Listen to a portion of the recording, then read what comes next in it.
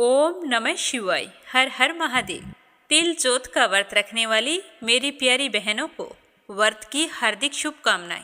इस साल 2026 में माघ माह के कृष्ण पक्ष में आने वाले तिल चौथ का व्रत 6 जनवरी मंगलवार को रखा जाएगा। तो सारी बहनों का व्रत अच्छे से पूर्ण हो। भगवान गणेश और चौथ माता का आशीर्वाद आपके बच्चों पर हमेशा बना रहे। पुराने समय की बात है कि एक नगर में एक साहूकार और एक साहूकारनी रहा करते थे। साहूकार के पास खूब सारा धन था। गांव में उसकी अच्छी बनती थी, सबके साथ मिलजुल कर रहता था। लेकिन साहूकार और उसकी पत्नी दोनों की धर्म कर्म में बिल्कुल भी रुचि नहीं थी। ना तो वो कभी मंदिर जाते थे और ना ही कभी कोई धर्म का कार्य करते थे। अगर कोई मंदिर पर अनुष्ठान होता तो ना वहाँ पर चंदा देते और ना ही वहाँ पर पूजा पाठ के लिए जाया करते थे। ना उनके घर पर भगवान के नाम का कोई मंदिर था, ना ही वो अपने पितरों का श्राद्ध कर्म करते थे। उनके घर में वे पति पत्नी दो ही रहते थे। उनके देवता और पितर उनसे तृप्त नहीं थे, तो उनके खुश ना होने से उनके कोई संतान नहीं थी। लेकिन वो इस बात से अनजान थे कि हमारे दान पुण्य ना करने की वजह से हमारे देव और पितर हमसे नाराज हैं, इसीलिए हमें संतान का सुख नहीं मिल रहा है। समय बीतता गया। समय के साथ उन्हें संतान की कमी महसूस होने लगी। एक दिन साहूकारनी अपने पड़ोस के घर में गई थी, तो वहाँ पर कई औरतें इकट्ठी होकर तो उन्हें देखकर वो भी वहाँ पर बैठ गई और कथा सुनने लगी। कथा समाप्त होने के बाद में जब उसकी पड़ोसन ने तिलकुटा बांटा तो उसे भी प्रसाद के रूप में देने लगी। तो वह पूछने लगी कि बहनों, तुम यहाँ पर इकट्ठे होकर ये किसकी पूजा कर रही हो? तो वे सारी कहने लगी कि तुम नहीं जानती, हम तो तिलकुटा चौथ का व्रत कर रही हैं। तो साहूकारनी कहने लगी कि इस व्रत को करने से क्या होता है? तो उसकी पड़ोसन ने कहा कि बहन, इस व्रत को करने से सब कुछ मिलता है। अन्न मिलता है, धन मिलता है, सुहाग पुत्र सब कुछ मिलता है। जो भी हमारी मनोकामना हो सारी की सारी पूर्ण होती है। तो वहाँ पर एक वृद्ध महिला बैठी थी जो उन सभी बहनों को कथा सुना रही थी। तो उसने कहा कि बेटा, तुम भी इस व्रत को करो। चौथ माता की कृपा से तुम्हें भी संतान का सुख प्राप्त हो जाए। तुम ऐसा करना, व्रत रख कर 1.25 सिर का तिलकुटा चढ़ा देना। तो उस बूढ़ी अम्मा की बात सुनकर साहूकारनी कहने लगी कि अम्मा जी, अगर मेरे गर्भ ठहर जाए तो मैं 1.25 सिर तिलकुटा कर दूंगी और चौथ का व्रत भी करूंगी। तो बूढ़ी अम्मा ने कहा कि बेटा, तुम व्रत तो आज ही रख ले और जब तेरे गर्भ ठहर जाए तब तुम 1.25 सिर का तिलकुटा कर देना। तो साहूकारनी ने बूढ़ी अम्मा के कहे अनुसार व्रत रख लिया, क्योंकि उस दिन वो तब तक भूखी प्यासी थी। घर आकर स्नान किया और जिस तरह बूढ़ी माई ने बताया था विधि अनुसार व्रत किया। पूरा दिन निराहार रही। शाम को चंद्रमा को अर्घ्य देकर व्रत का पारण किया। तो चौथ माता और भगवान गणेश जी उस पर बहुत ही खुश हुए और उसे गर्भ ठहर गया। जब साहूकारनी को पता चला तो वह बहुत ही खुश हुई, पर कहने लगी कि मेरे जब लड़का हो जाएगा तब मैं 2.5 सिर तिलकुटा कर दूंगी, उससे पहले तो नहीं करूंगी। तो 10 महीने पूरे होने पर साहूकारनी ने एक सुंदर पुत्र को जन्म दिया। उसे देखकर साहूकार और साहूकारनी बहुत ही खुश थे। सारे नगरवासी भी बहुत खुश थे, क्योंकि साहूकार का स्वभाव बहुत ही मिलनसार था। वह तो सिर्फ धर्म कर्म को नहीं मानता था, इन बातों को दिखावा मात्र जानता था। तो इस तरह पुत्र के जन्म पर सारे नगर में खूब खुशियां मनाई गई। लेकिन पुत्र जन्म के थोड़े ही दिनों बाद में तिलकुट चौथ का व्रत फिर से आ गया, पर साहूकारनी ने व्रत नहीं किया और ना ही तिलकुटा चढ़ाया। कहने लगी कि जब मेरे बेटे की सगाई तय हो जाएगी तो मैं 5 सिर का तिलकुटा करूंगी।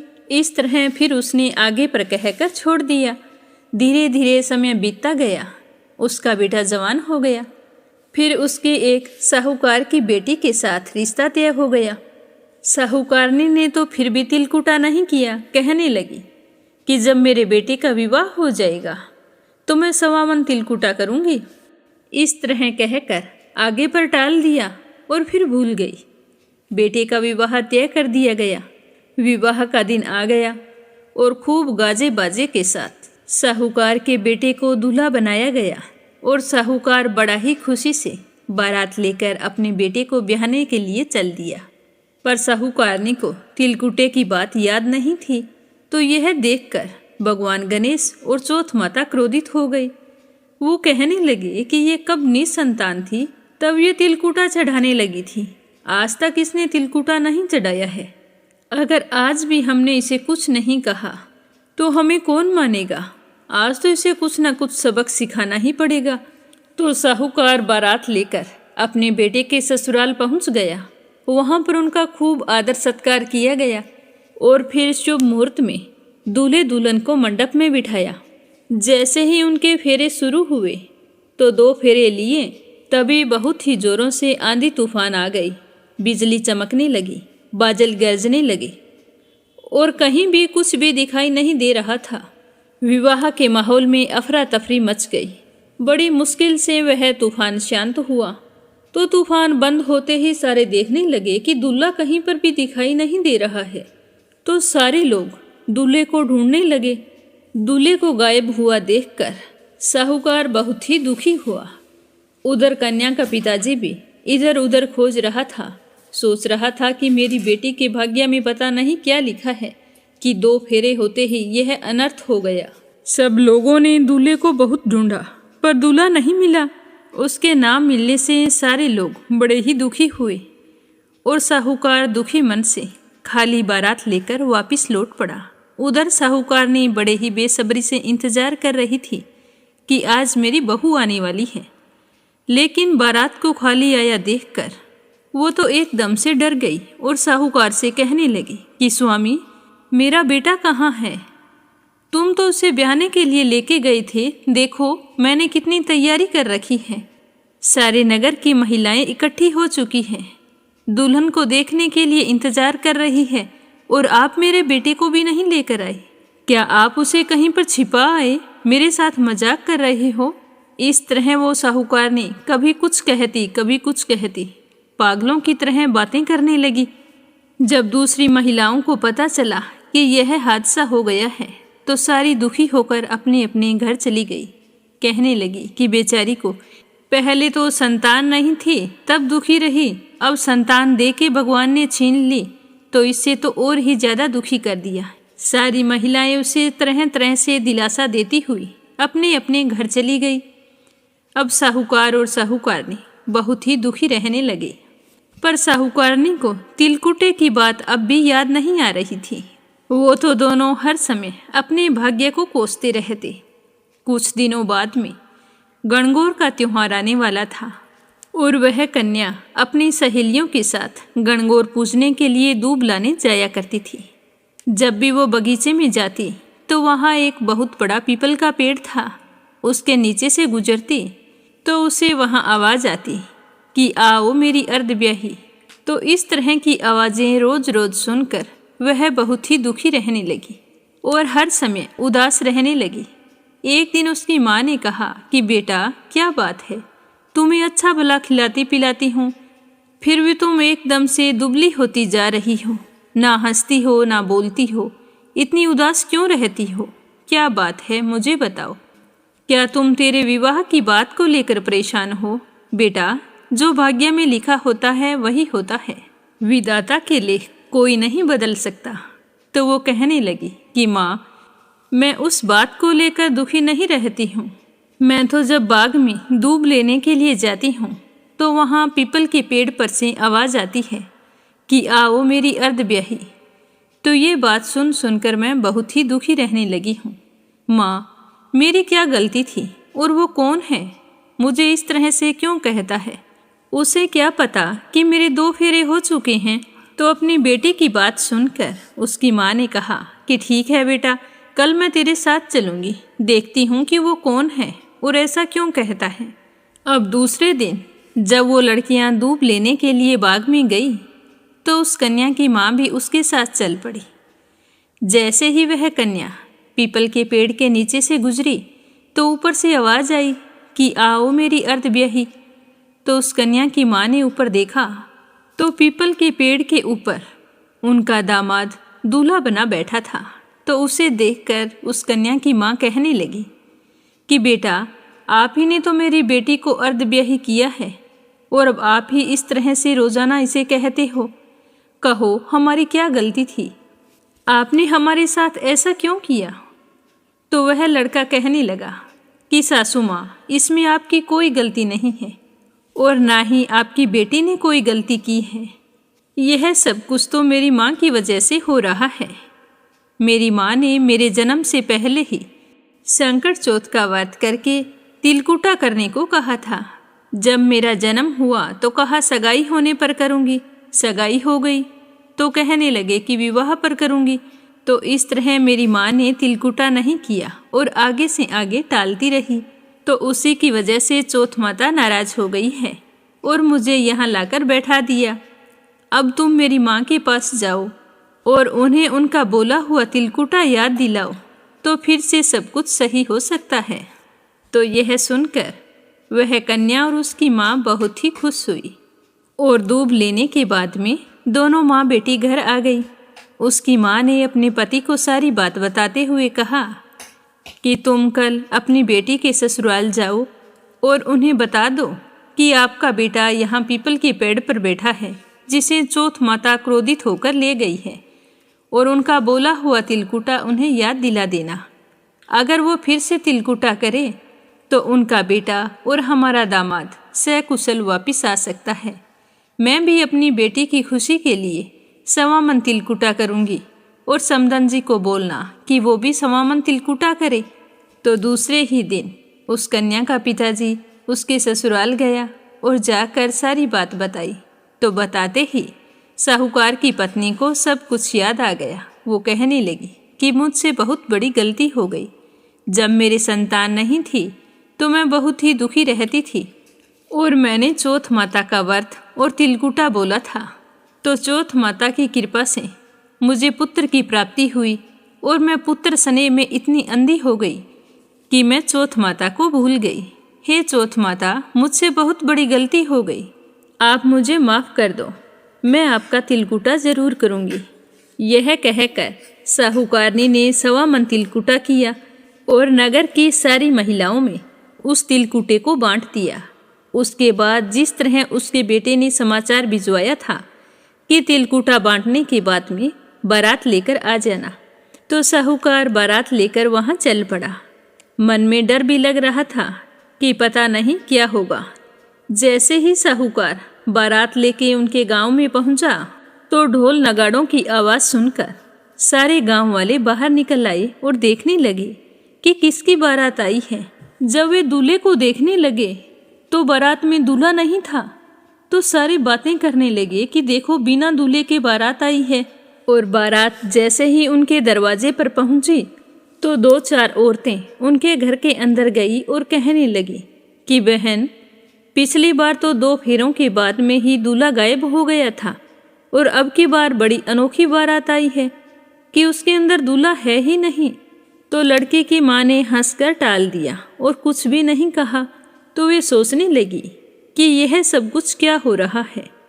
तभी कन्या को दुल्हन बनाकर मंडप में बिठाया तो उसी तरह जोर जोर से आंधी चलने लगी, बादल गरजने लगे, बिजलियां चमकने लगी और फिर बुरी तरह से तूफान आ गया। कहीं कुछ भी दिखाई नहीं दे रहा था। थोड़ी देर बाद में आंधी बंद हो गई तो देखा कि मंडप में दूल्हा और दुल्हन दोनों बैठे हैं। तो देखते ही सारे गांव वाले कहने लगे कि अरे, ये तो वही दूल्हा है, ये चमत्कार कैसे हो गया।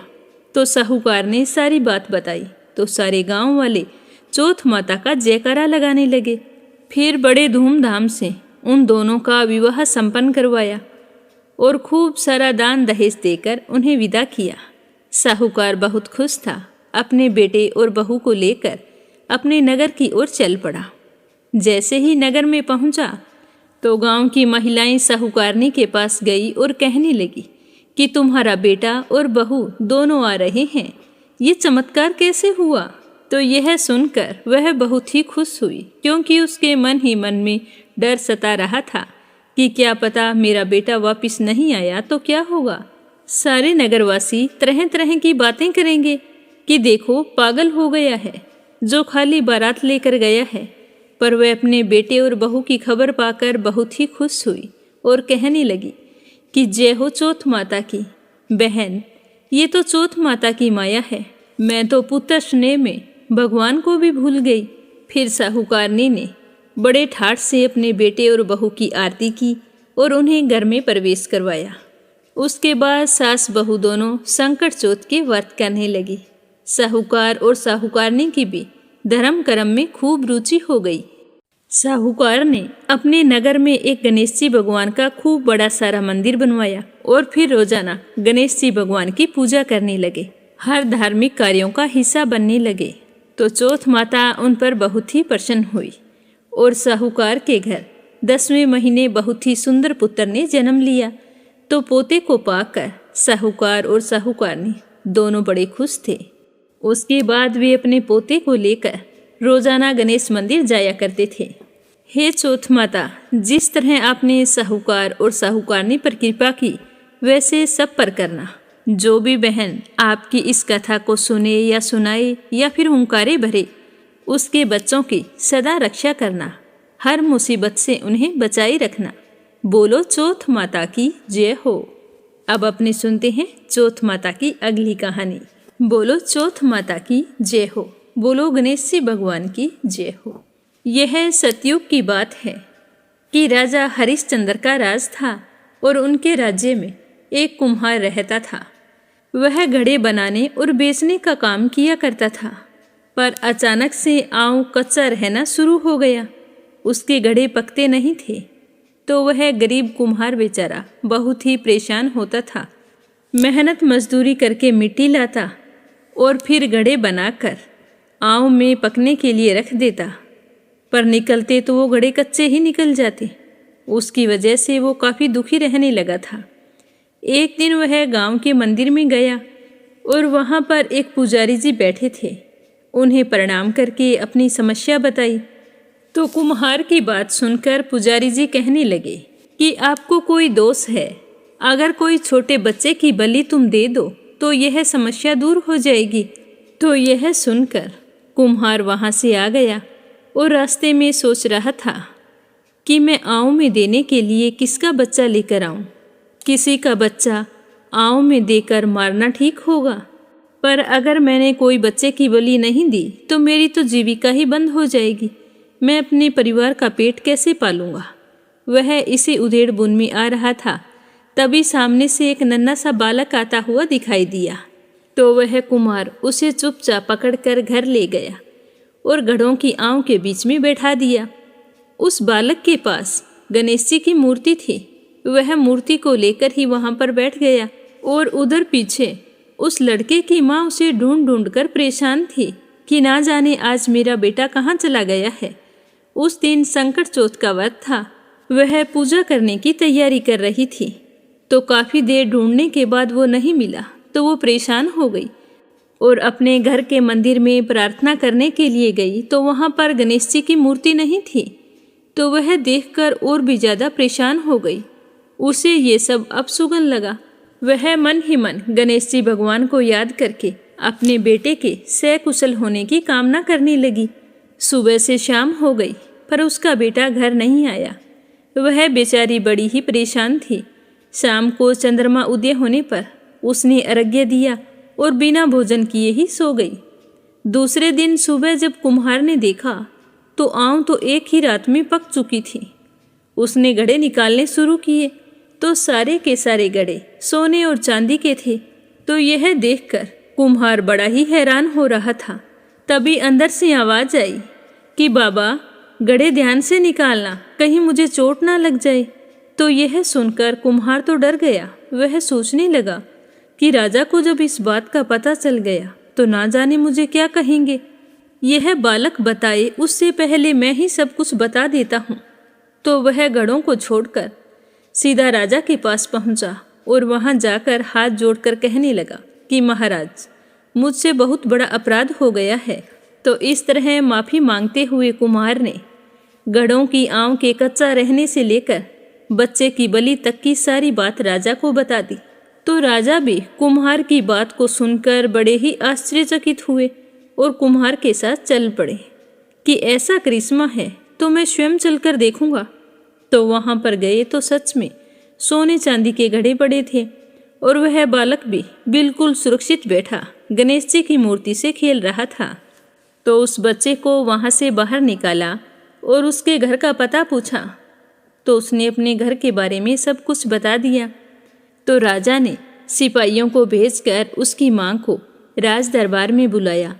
तो जैसे ही राजा के सिपाही उसके घर गए तो वो तो बेचारी डर गई। मन ही मन गणेश जी को याद करने लगी कि हे गणेश जी भगवान, मुझे कोई अनहोनी देखने को ना मिले। अगर ऐसा है तो इसी समय मेरे प्राण छूट जाए। तो इसी तरह डरते डरते वो सिपाहियों के साथ राज दरबार में पहुंची। तो वहां अपने बेटे को सकुशल देखकर वो बहुत ही खुश हुई और भागकर अपने बेटे को गले से लगा लिया। तो यह देखकर राजा ने पूछा कि क्या बात है, तुम कौन से भगवान की पूजा करती हो जो कुम्हार ने आग की आंव में तुम्हारे बच्चे को डाल दिया फिर भी जिंदा निकल आया। तो उसकी माँ हाथ जोड़कर राजा को प्रणाम करके कहने लगी कि राजन, मैं कुछ नहीं करती हूँ, यह तो सब चौथ माता का चमत्कार है। यह कहते हुए उसने संकट चौथ महिमा का वर्णन किया, जिसे सुनकर राजा भी बड़े प्रभावित हुए और माँ बेटे को इनाम स्वरूप खूब सारा धन देकर विदा किया। फिर पूरी नगरी में ऐलान करवाया कि हर महिला अपनी संतान और परिवार के सुख सौभाग्य और लंबी आयु के लिए व्रत रखें। और उसी दिन से रानी और नगर की सारी महिलाएं संकट चौथ का व्रत करने लगी। कहते हैं कि तभी से महिलाएं अपनी संतान की लंबी आयु और उज्जवल भविष्य के लिए संकट चौथ का व्रत करती हैं। हे चौथ माता, जिस तरह आपने उस लड़के की रक्षा की उसी तरह हमारे बच्चों की भी रक्षा करना और उन्हें हर मुसीबत से बचाए रखना। बोलो चौथ माता की जय हो। बोलो गणेश जी भगवान की जय हो। अब अपनी सुनते हैं 12 मासी चौथ की कथा। इस कथा को हर संकट चौथ के व्रत में जरूर सुनना चाहिए। बोलो चौथ माता की जय हो। एक नगर में एक महिला रहती थी। उसके पति की मृत्यु हो गई थी। अपने बेटे का पालन पोषण वही करती थी। वह अपने बेटे की सलामती के लिए 12 महीनों की चौथ का व्रत किया करती थी। हर चौथ को पंसारी से थोड़ा सा गुड़ और घी लाकर 4 लड्डू बनाती थी, जो एक बेटे को दे देती। एक से पूजा करती थी, एक हथकार के लिए निकालती और एक चंद्रमा उदय होने पर चंद्रमा को अर्घ्य देने के बाद व्रत का पारण करती तो स्वयं खा लेती। उस लड़के की माँ बड़े ही श्रद्धा भाव से चौथ माता की व्रत करती थी, क्योंकि कम समय में पति की मृत्यु हो जाने से उसे बहुत ही मुश्किलों का सामना करना पड़ा। तो हर समय उसके मन में डर बना रहता कि कहीं मेरे बेटे को कुछ ना हो जाए। तो वह बेटे की सलामती के लिए पूरे नियम से चौथ माता की व्रत रखती। समय बीतता गया। समय के साथ उसका बेटा बड़ा हो गया। अब वह भी अपनी माँ के कामों में हाथ बटाने लगा। तो उसकी माँ अपने बेटे को देखकर बहुत ही खुश रहती थी। एक दिन की बात है कि उसका बेटा अपनी ताई से मिलने के लिए गया। उस दिन बैसाखी चौथ थी, तो ताई ने भी बैसाखी चौथ का व्रत रखा था। उस समय उसकी ताई कथा सुन रही थी, तो वह वहाँ पर बैठ गया। कथा सुनने के बाद में उसकी ताई ने उसे प्रसाद दिया, तो वो कहने लगा कि ताई, आप कितने व्रत करती हो? मेरी माँ तो 12 महीने चौथ का व्रत करती है। तो ताई कहने लगी कि बेटा, तेरी माँ तो तेरी कमाई से तर माल खाने के लिए 12 महीने चौथ का व्रत करती है, पर मैं तो पूरी श्रद्धा से 2 ही व्रत किया करती हूँ। तो वह लड़का कहने लगा कि नहीं नहीं, मेरी माँ मुझसे बहुत प्रेम करती है, वो मेरी सलामती के लिए ही व्रत रखती है। तो उसकी ताई कहने लगी कि अगर तुम्हें मेरी बात पर विश्वास नहीं है तो तुम परदेश चला जा, फिर देख तुम्हारी माँ तो एक भी व्रत नहीं करेगी। तो उस लड़के को लगा कि शायद ताई सच कह रही है। तो वह घर आते ही अपनी माँ से कहने लगा कि माँ, मैं परदेश जा रहा हूँ। तो उसकी माँ ने कहा कि बेटा, क्या बात हुई? तू परदेश चला जाएगा, मैं किसके सहारे रहूँगी? तो वो कहने लगा कि माँ, तू तो मेरी कमाई खाने पीने में ही उड़ा देती है, ऐसे कैसे काम चलेगा? तो अपने बेटे के मुंह से इस तरह की बात सुनकर उसकी माँ को मन ही मन बहुत ही दुख हुआ, पर उसने अपने बेटे को कुछ नहीं कहा। आपने सूझबूझ से समझाकर अपने बेटे को रोकना चाहा, पर वो नहीं माना। तो उसकी माँ ने उसके जाने की तैयारी कर दी और अपने बेटे को चौथ माता की आंखें देते हुए कहा कि बेटा, ये चौथ माता की आंखें हैं। कभी कोई मुसीबत आ जाए तो ये आंखें ही तेरी मदद करेंगे। मैं तो तुमसे बहुत दूर होऊंगी, मुझे क्या पता कि मेरा बेटा कैसा है। इस तरह कहते हुए उसकी माँ की आंखों में आंसू आ गए। उसकी माँ ने मुंह फेर लिया पर अपने बेटे से कुछ भी नहीं कहा। पर उसका बेटा कुछ देखने समझने के लिए तैयार नहीं था। वह आंखें लेकर चुपचाप रवाना हो गया। चलते चलते एक नगर में जा पहुंचा।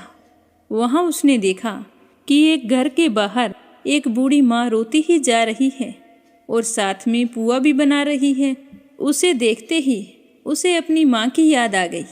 तो वह उस बूढ़ी अम्मा के पास गया और जाकर पूछा कि अम्मा, आप रो क्यों रही हैं? तो वह बुढ़िया कहने लगी कि बेटा, इस नगर की पहाड़ी पर एक दैत्य रहता है। पहले ही वह नगर में आकर कई लोगों को खाने के लिए मार देता था। अब राजा हर घर से एक आदमी दैत्य के पास भेज देता है। तब से दैत्य ने नगर में आकर आतंक मचाना बंद कर दिया है। पर आज मेरे बेटे की बारी है, इसीलिए मैं रो रही हूँ और उसी के लिए पुए बना रही हूँ। मेरा बेटा ही मेरा इकलौता सहारा है। वो चला गया तो मैं किसके सहारे जीऊँगी? तो यह सुनकर उस लड़के को अपनी माँ की याद आने लगी। वह कहने लगा कि माई, ये पुए मुझे खिला दे, तेरे बेटे की जगह मैं चला जाऊँगा। तो बूढ़ी अम्मा ने खीर और पुए उसे खिला दिए। खा पी कर वह सो गया। आधी रात को जब राजा के सैनिक आए और आवाज़ लगाई तो बूढ़ी माँ ने सोचा कि जिस तरह मेरा कलेजा पसीज रहा है, उसी तरह इसकी माँ को पता लगेगा कि उसके बेटे को दैत्य ने मार दिया है, तो इसकी माँ की क्या हालत होगी। मैं इसे कैसे उठाऊं? तो बूढ़ी अम्मा ने उसे नहीं उठाया, पर उस लड़के की सिपाहियों की आवाज़ से आँख खुल गई और वह खड़ा होकर बाहर आया और उनके साथ चला गया। राजा के सैनिक उसे पहाड़ी पर छोड़कर आ गए। वो दैत्य के सामने पहुंचकर अपनी जेब में से चौथ माता की आंखें निकाले और दैत्य के सामने फेंक कर कहा कि हे चौथ माता, यदि मेरी माँ मेरी सलामती के लिए व्रत रखती है तो अभी इस दैत्य का सर कटकर नीचे गिर जाए। तभी चौथ माता का चमत्कार हुआ और दैत्य का सिर तुरंत कट गया। तो लड़का बहुत ही खुश हुआ और वापिस आ गया। उस बुढ़िया के घर आया तो देखा कि बुढ़िया रो रही थी। तो वह पूछने लगा कि माई, तुम अब क्यों रो रही हो? तुम्हारा बेटा तो सही सलामत है। तो वो कहने लगी कि बेटा, ये आंसू तो तेरे लिए बहा रही हूँ। तुम भी तो किसी का बेटा है, तेरी भी सलामती की कोई दुआ करता है, पर तुम सही सलामत आ गया, यह चमत्कार कैसे हुआ? तो वह कहने लगा कि माई, ये तो चौथ माता का चमत्कार है। मेरी माँ मेरी सलामती के लिए चौथ माता का व्रत रखती है। तो वह बुढ़िया उसे लेकर राजा के पास गई। जब राजा को पता चला कि इसने दैत्य को मार दिया है तो वो बहुत ही खुश हुए और उस लड़के को खूब सारा धन और उपहार देकर विदा किया। अब वह उस नगर से चल पड़ा। चलते चलते दूसरे नगर में पहुंच गया। उस राज्य में आम तभी पकती थी जब एक इंसान की बलि दी जाती थी। सिपाहियों ने उसे पकड़कर आवे में चुन दिया। तो लड़के ने आंखें आवे में डाली और कहा कि हे चौथ माता, यदि मेरी माँ मेरी सलामती के लिए व्रत रखती है तो यह आम मेरी बलि के बिना ही झट से पक जाए। तो आम तो तुरंत पक गई। आम में से मिट्टी की जगह सोने चांदी के बर्तन निकले। तो लड़का अंदर से कहने लगा कि अरे भाई, बर्तन धीरे धीरे निकालना, कहीं मुझे लग ना जाए। तो राजा ने उसे निकलवाया और पूछा कि इस आम में से तुम जिंदा कैसे बच गए? तो लड़के ने बताया कि मेरी माँ मेरे लिए चौथ माता का व्रत रखती है और उसी व्रत के प्रभाव से मेरी जान बची है। तो राजा को इस बात पर विश्वास नहीं हुआ। राजा ने एक चांदी की सुराही मंगवाई और उस लड़के से कहा कि तुम सुराही की नली में से निकल कर दिखाओ, तभी मुझे विश्वास होगा कि तुम्हारी रक्षा स्वयं चौथ माता करती है। तो लड़के ने चौथ माता को याद करके उसके आंखें सुराही में डाले और कहा कि हे चौथ माता, मैं भंवरा बनूं और सुराही में से निकलूं। तो लड़का उसी समय भंवरा बन गया और सुराही में से निकल गया। तो राजा यह देखकर बहुत ही खुश हुए और अपनी बेटी की शादी उसके साथ करवा दी और सभी लोगों को चौथ माता का व्रत करने को कहा। फिर वह लड़का वहीं पर अपनी पत्नी के साथ रहने लगा, वहाँ के सुख भोगने लगा।